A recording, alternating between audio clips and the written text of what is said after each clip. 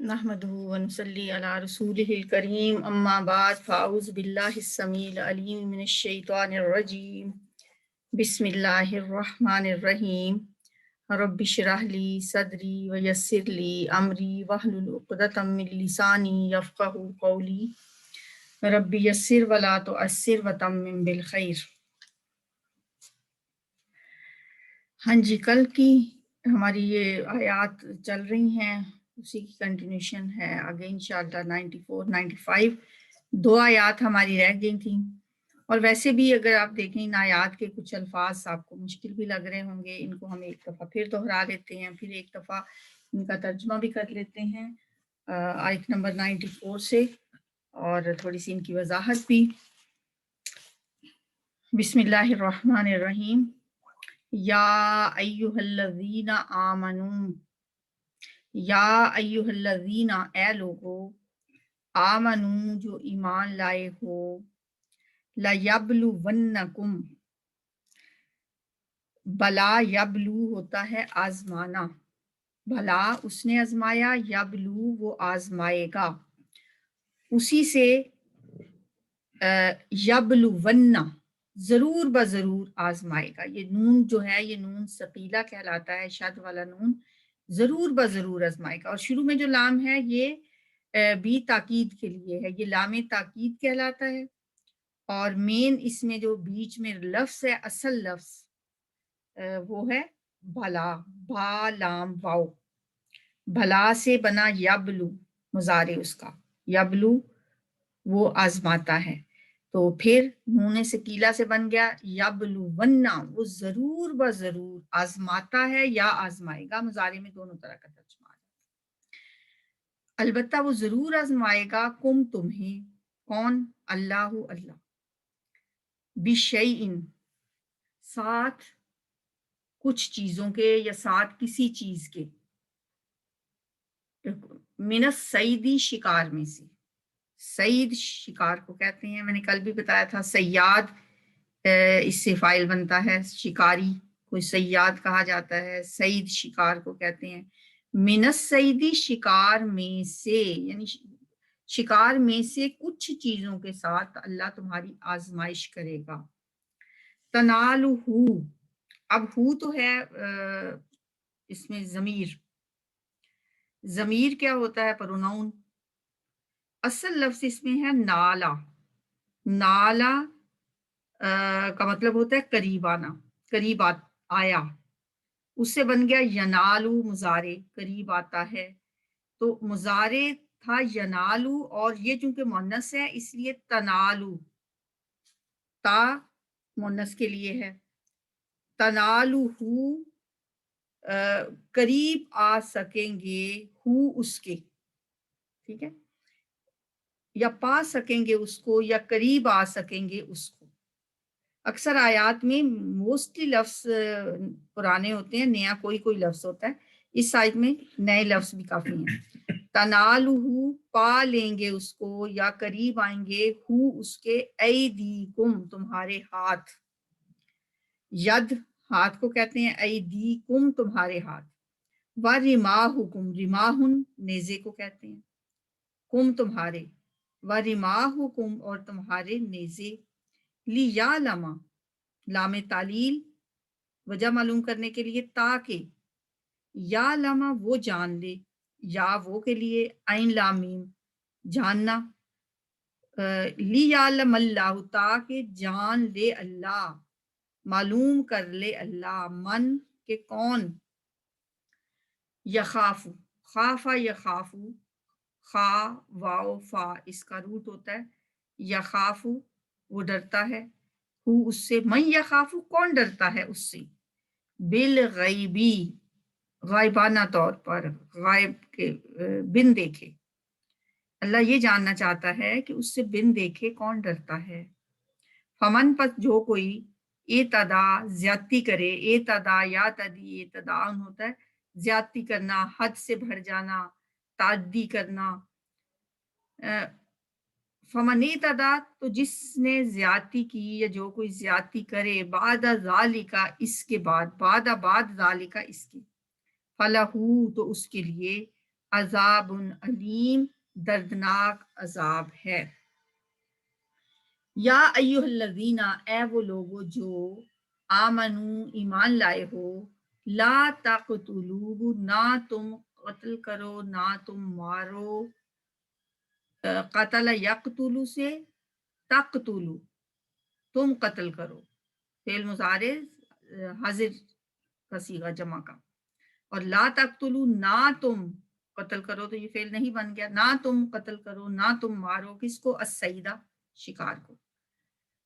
واو، اس حال میں، یہ واو اور والا نہیں ہے، یہ واو حالیہ ہے، اس حال میں کہ ان تم ہو، تم حرم، احرام کی حالت میں، ومن، اور جو کوئی قاتلہ، مارے گا اس کو، یعنی شکار کو، منکم، تم میں سے، متعمدن، عمدن، جان بوجھ کر، فجزاء، تو بدلہ ہے، مثل اس کے، ما، جو قاتلہ، اس نے مارا، جو جانور مارا اسی کے مثل اس کا بدلہ ہوگا، من النعامی، چپایوں میں سے، یحکم، فیصلہ کریں گے، حکم یحکم، فیصلہ کریں گے، بھی اس کا، زوا، والے، عدل، عدل والے، منکم، تم میں سے، زوا عدل، دو عدل والے، زو عدل ہوتا تو ہونا تھا عدل والے، یہ زوا، یہ مثنیٰ ہے دو کے لیے، دو عدل والے،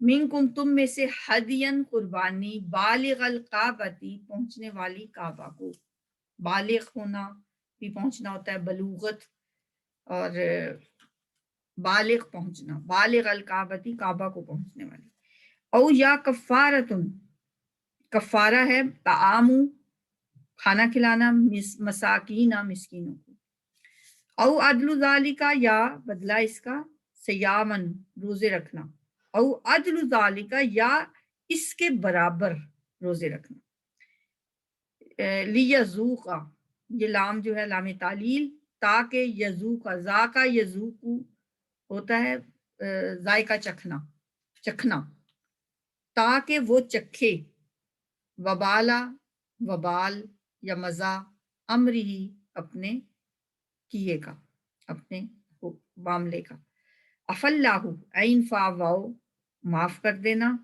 عفو، معاف کر دیا ہے، اللہ، اللہ نے، اما، اس سے جو، سالفا، گزر چکا، جو پہلے گزر چکا اس کو اللہ نے معاف کر دیا، ومن عادا، اور جو کوئی دوبارہ کرے گا، اعادہ کرے گا، فینتقم، انتقما، ینتقم ہوتا ہے انتقام لینا، تو انتقام لے گا، اللہ، اللہ تعالیٰ، منہ، اس سے، واللہ، اور اللہ تعالیٰ، عزیز، غالب ہے، زبردست ہے، ذو انتقام، انتقام لینے والا ہے۔ اے لوگوں جو ایمان لائے ہو، لَيَبْلُوَنَّكُمْ، البتہ ضرور بضرور آزمائے گا تمہیں اللہ تعالیٰ کسی چیز سے، شکار میں سے، کہ پا سکیں گے اس کو تمہارے ہاتھ، وَرِمَاحُكُمْ، اور تمہارے نیزے، تاکہ جان لے اللہ کون ڈرتا ہے اس سے بن دیکھے، پس جو کوئی زیادتی کرے اس کے بعد تو اس کے لیے دردناک عذاب ہے۔ یہ جو 4 آیات ہیں یہ بتا رہی ہیں کہ احرام کی حالت میں شکار کرنا کیسا ہے۔ ظاہری بات ہے کہ شکار کرنا جائز نہیں ہے، اس لیے یہاں اللہ تعالیٰ نے یہ فرمایا ہے کہ ایمان والو، تمہیں اللہ تعالیٰ شکار کے ذریعے آزمائے گا۔ شکار، کون سا شکار؟ کہ تنالہ ایدیکم، کہ پا سکیں گے اسے تمہارے ہاتھ اور تمہارے نیزے، ایسا شکار جو تمہارے ہاتھوں کی زد میں ہو، تمہارے نیزوں کی زد میں ہو، اور تم اب ایک ذرا تصور کریں اس ایک ایسے سچویشن کا کہ انسان کو بھوک بھی ہو اور اس کے پاس کھانے کو بھی کچھ نہ ہو، لیکن وہ حالت احرام میں ہو، اور اس کے پاس پھر کوئی کھانے کی چیز اس کی بالکل پہنچ میں ہو، تو پھر وہ اس کی کیسی آزمائش ہوگی، کیسا امتحان ہوگا۔ اب دیکھیں اس صورت کے شروع میں بھی حالت احرام میں شکار کرنے سے منع کیا گیا ہے، لیکن اب اللہ کی اس سنت کا ذکر ہو رہا ہے کہ اللہ اپنے ماننے والوں کا امتحان لیتا ہے، اور ان کا سخت ترین امتحان لیتا ہے کہ حاجیوں نے جب احرام باندھا ہو اور ان کے شکار ان کی رینج میں ہو تو پھر انہیں کیا کرنا چاہیے، کیسے اس سے بچیں گے؟ تو یہ اللہ کی طرف سے آزمائش ہے۔ دراصل جب صلح حدیبیہ ہوئی، نبی صلی اللہ علیہ وسلم مکہ سے ہجرت کر کے مدینہ گئے، تو وہاں آپ کی ہجرت کے بعد 6واں سال تھا جب آپ نے خواب میں دیکھا کہ میں عمرہ کر رہا ہوں اور قربانی کے جانور ذبح کر رہا ہوں۔ تو ظاہر انبیاء کے جو خواب ہیں وہ سچے ہوتے ہیں، تو آپ نے تمام لوگوں کو حکم دیا کہ ہم عمرہ کرنے جا رہے ہیں۔ 6 سال ہو گئے تھے مکہ چھوڑے ہوئے، اپنے گھر بار چھوڑے ہوئے، اللہ تعالیٰ کا گھر چھوڑے ہوئے۔ تمام مسلمانوں کو نہ صرف اپنے گھر بار یاد آ رہے تھے، کچھ لوگ تو اپنے رشتہ دار، اپنے بیوی بچے، اپنے اہل و عیال بھی چھوڑ کے آئے تھے۔ 6واں سال شروع ہو گیا تھا، 6 ہجری کی بات ہے جب آپ نے یہ فیصلہ کیا کہ ہم عمرہ کرنے جا رہے ہیں۔ سب لوگ آپ کے ساتھ تیار ہو گئے، تقریباً 1400، اور سب لوگوں کے لیے دعوت عام تھی کہ سب لوگ آپ کے ساتھ چلیں گے عمرہ کرنے کے لیے۔ ہاں کچھ بدوی قبائل جو ارد گرد کے جو نئے نئے مسلمان ہوئے تھے، ان کو یہ خدشہ بھی تھا، ایمان بھی کمزور تھا بھی کہ مسلمان تو یہ موت کے منہ میں جا رہے ہیں۔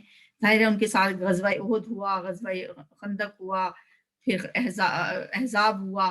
اب انہی دشمنوں کے ساتھ پاس جا رہے ہیں، تو ان کو لگ رہا تھا کہ انہوں نے واپس تو آنا کوئی نہیں، لہٰذا انہوں نے کوئی بہانہ کر دیا، ہمارے گھروں میں بچے اکیلے ہیں، گھر اکیلے ہیں، لہٰذا آپ ہمارے لیے دعا کر دیجئے۔ کچھ ایسے جو کمزور ایمان کے مسلمان تھے، لیکن 1400 لوگ آپ کے ساتھ تیار ہو گئے، اور قربانی کے جانور آپ نے ساتھ لیے اور آپ نکل پڑے۔ اب جب قریب پہنچے حدیبیہ کے مقام پہ، جا کے پتہ چلا کہ اب آپ کو مکہ میں داخل ہونے نہیں دیں گے مشرکین مکہ، کفار قریش۔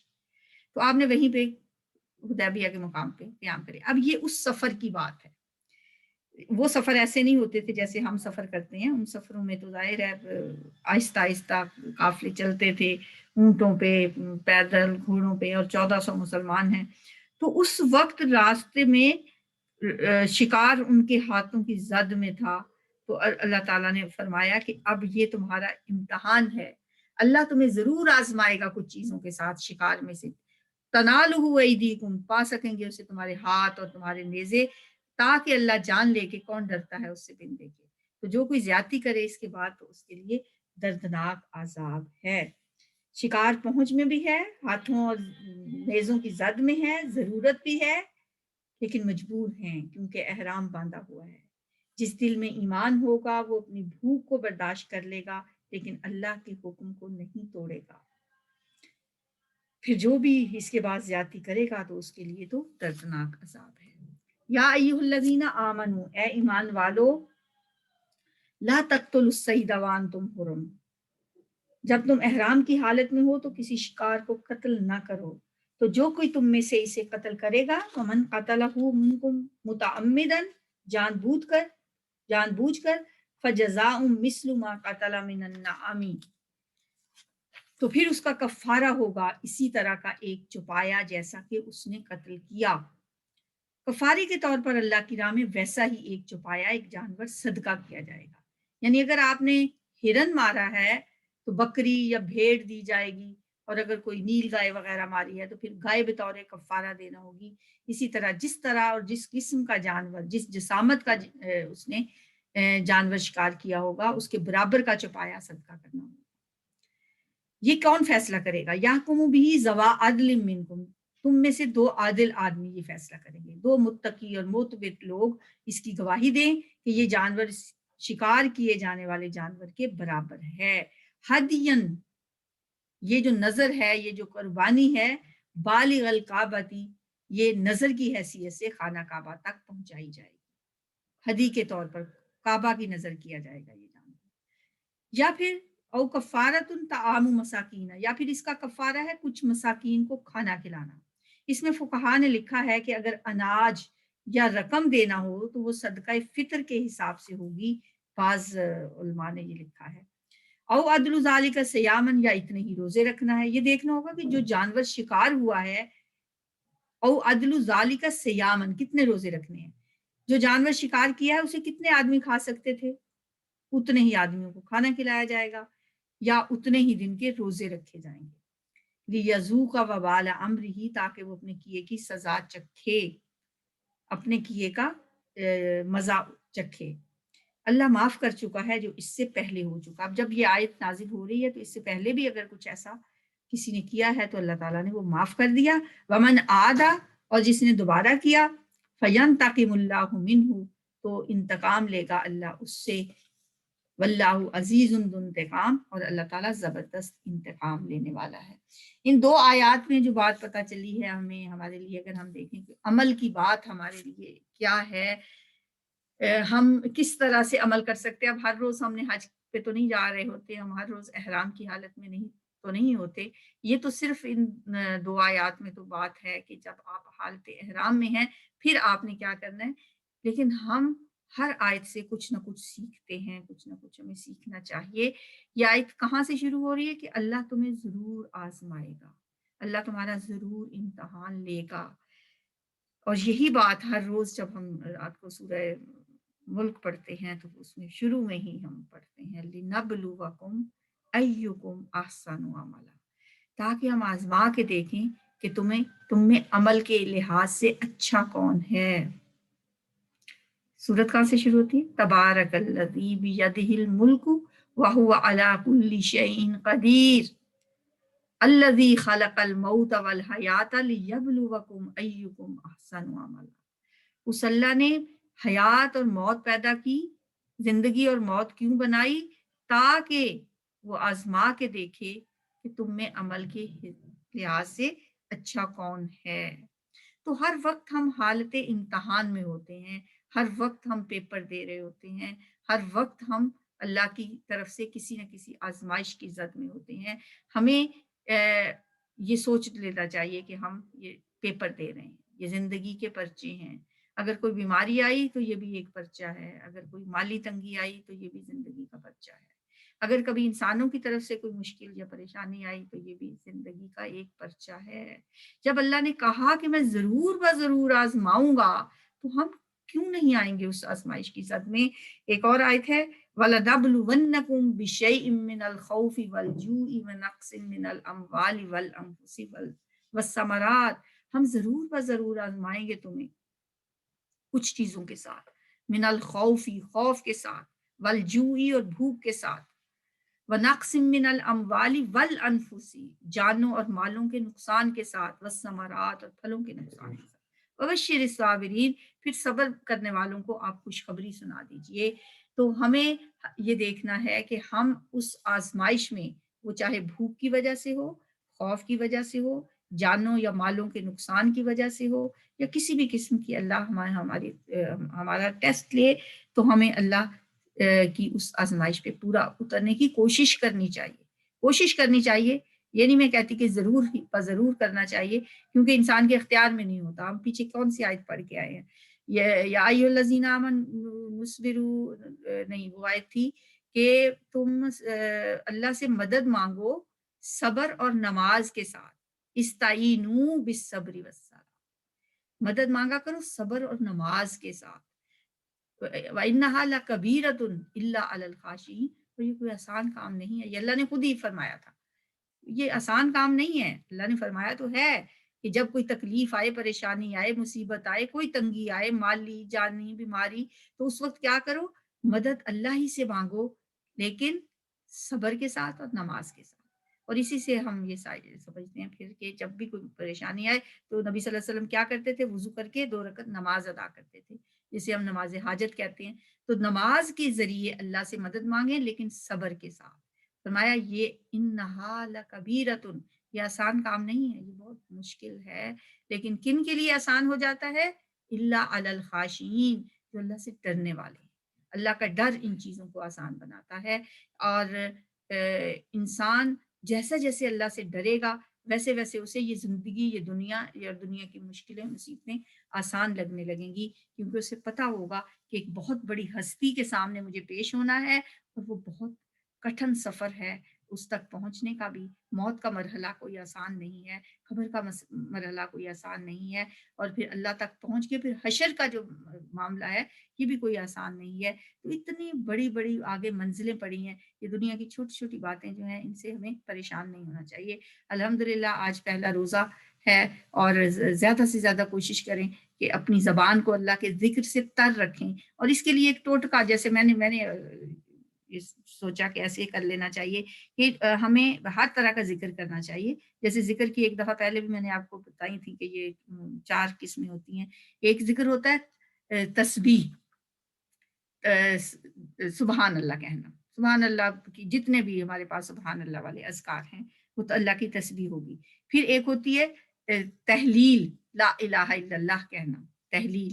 ایک ہوتی ہے تکبیر، اللہ اکبر کہنا، تکبیر اسے کہتے ہیں۔ ایک ہوتی ہے تسبیح ہو گیا، تحلیل ہو گیا، تکبیر ہو گیا، سبحان اللہ۔ ایک ہوتا ہے الحمدللہ کہنا، یہ تحلیل ہے، سوری حمد، اللہ کی حمد کرنا، یہ الحمدللہ کہنا ہے۔ تو یہ چاروں کے چاروں تیسرے کلمے میں آ جاتے ہیں۔ انسان دن کا میں شروع کے جب جو دن ہے 12 بجے سے پہلے تک اللہ تعالیٰ کی یہ چاروں ذکر کرتا رہے، تیسرا کلمہ پڑھتا رہے، سبحان اللہ، الحمدللہ، اللہ اکبر کے جتنے بھی اذکار ہیں، بس چلتے پھرتے یہ عادت ایک اب رمضان میں بنا لیں کہ چلتے پھرتے زبان کو خاموش نہیں رکھنا، زبان سے اللہ کا ذکر، اللہ کی تعریف ہوتی رہے۔ پھر اس کے بعد کچھ ٹائم جو ہے وہ مخصوص کر لیں کہ اب نبی صلی اللہ علیہ وسلم پہ درود بھیجنا ہے، چھوٹا درود، بڑا درود، بس پھر ٹائم فکس کر لیں، اس ٹائم تک آپ اللہ نبی صلی اللہ علیہ وسلم پہ درود پڑھتے رہیں۔ پھر اس کے بعد جو تیسرا حصہ جب آئے، پھر اپنے لیے استغفار کرتے رہیں، استغفر اللہ کی کوئی بھی تسبیح، کوئی بھی ذکر وہ اپنے لیے مانگتے رہیں۔ اور جیسے یہ رحمت کا عشرہ ہے پہلا، اکثر لوگ پوچھتے ہیں یہ جی بتائیں پہلے عشرے میں کیا پڑھیں، دوسرے میں؟ تو صرف یہی نہیں ہے کہ اگر رحمت کا عشرہ ہے تو ہم صرف رحمت والی دعائیں مانگیں، سارے اذکار ہمیں کرنے چاہیے۔ رحمت کے لیے رب اغفر وارحم وانت خیر الراحمین، اے میرے رب میری مغفرت فرما، مجھے بخش دے، مجھ پہ رحم فرما، اور تو سب سے بہتر رحم کرنے والا ہے۔ یہ پہلے عشرے میں زیادہ سے زیادہ پڑھیں، لیکن باقی اذکار بھی پڑھتے رہیں۔ یہ بھول جاتا ہے کہ جی پہلے عشرے میں کیا ہے، کل بھی کسی نے پوچھا تھا کہ پہلے عشرے میں کیا پڑھیں، دوسرے میں، تیسرے میں کیا پڑھیں، تو میں تو ایسے یاد رکھتی ہوں جیسے رمضان ہے تو رمضان کی راہ جو ہے اس کو یاد رکھ لیں کہ رحمت سے، پہلے عشرے میں رحمت والی دعائیں زیادہ کریں، پھر میم جو ہے وہ مغفرت سے، دوسرا عشرہ آئے تو زیادہ اپنے لیے بخشش اور مغفرت کی دعائیں کریں، اور نون جو ہے، پھر نون جو آخری حرف ہے رمضان کا، اس سے نجات ہے کے لیے، کہ اس میں جہنم سے نجات کے لیے اللہ سے معافی مانگے اور نجات کی دعائیں مانگیں۔ تو اللہ تعالیٰ سے دعا ہے کہ وہ ہمیں رمضان میں اپنے سے زیادہ قریب ہونے کی توفیق عطا فرمائے، اور اللہ تعالیٰ ہمیں یہ جو کل ہم نے آیات پڑھی تھی نا، سمت تقوا سنو تک پہنچنے کی، یہ والی جو ہیں آمنو وعملوا الصالحات سمت تقوا وآمنوا سمت تقوا واحسنوا، درجہ بدرجہ ایمان، عمل صالح، پھر تقوا، پھر ایمان، پھر تقوا، اور پھر احسان کے درجے تک پہنچنے کی توفیق عطا فرمائے۔ سبحانک اللہم وبحمدک نشہد ان لا الہ الا انت نستغفرک ونتوب الیک۔ ان آیات کی تلاوت سنتے ہیں۔ يا أيها الذين آمنوا إنما الخمر والميسر والأنصاب والأزلام رجس من عمل الشيطان فاجتنبوه لعلكم تفلحون إنما يريد الشيطان أن يوقع بينكم العداوة والبغضاء في الخمر والميسر ويصدكم عن ذكر الله وعن الصلاة فهل أنتم منتهون وأطيعوا الله وأطيعوا الرسول واحذروا فإن توليتم فاعلموا أنما على رسولنا البلاغ المبين ليس على الذين آمنوا وعملوا الصالحات جناح فيما طعموا إذا ما اتقوا وآمنوا وعملوا الصالحات ثم اتقوا وآمنوا ثم اتقوا وأحسنوا والله يحب المحسنين۔ يا أيها الذين آمنوا ليبلونكم الله بشيء من الصيد تناله أيديكم ورماحكم ليعلم الله من يخافه بالغيب فمن اعتدى بعد ذلك فله عذاب أليم. يا أيها الذين آمنوا لا تقتلوا الصيد وأنتم حرم ومن قتله منكم متعمدا فجزاء مثل ما قتل من النعم يحكم به ذوى عدل منكم هديا بالغ الكعبة أو كفارة طعام مساكين أو عدل ذلك صياما ليذوق وبال أمره عفى الله عما سلف ومن عاد فينتقم الله منه والله عزيز ذو انتقام.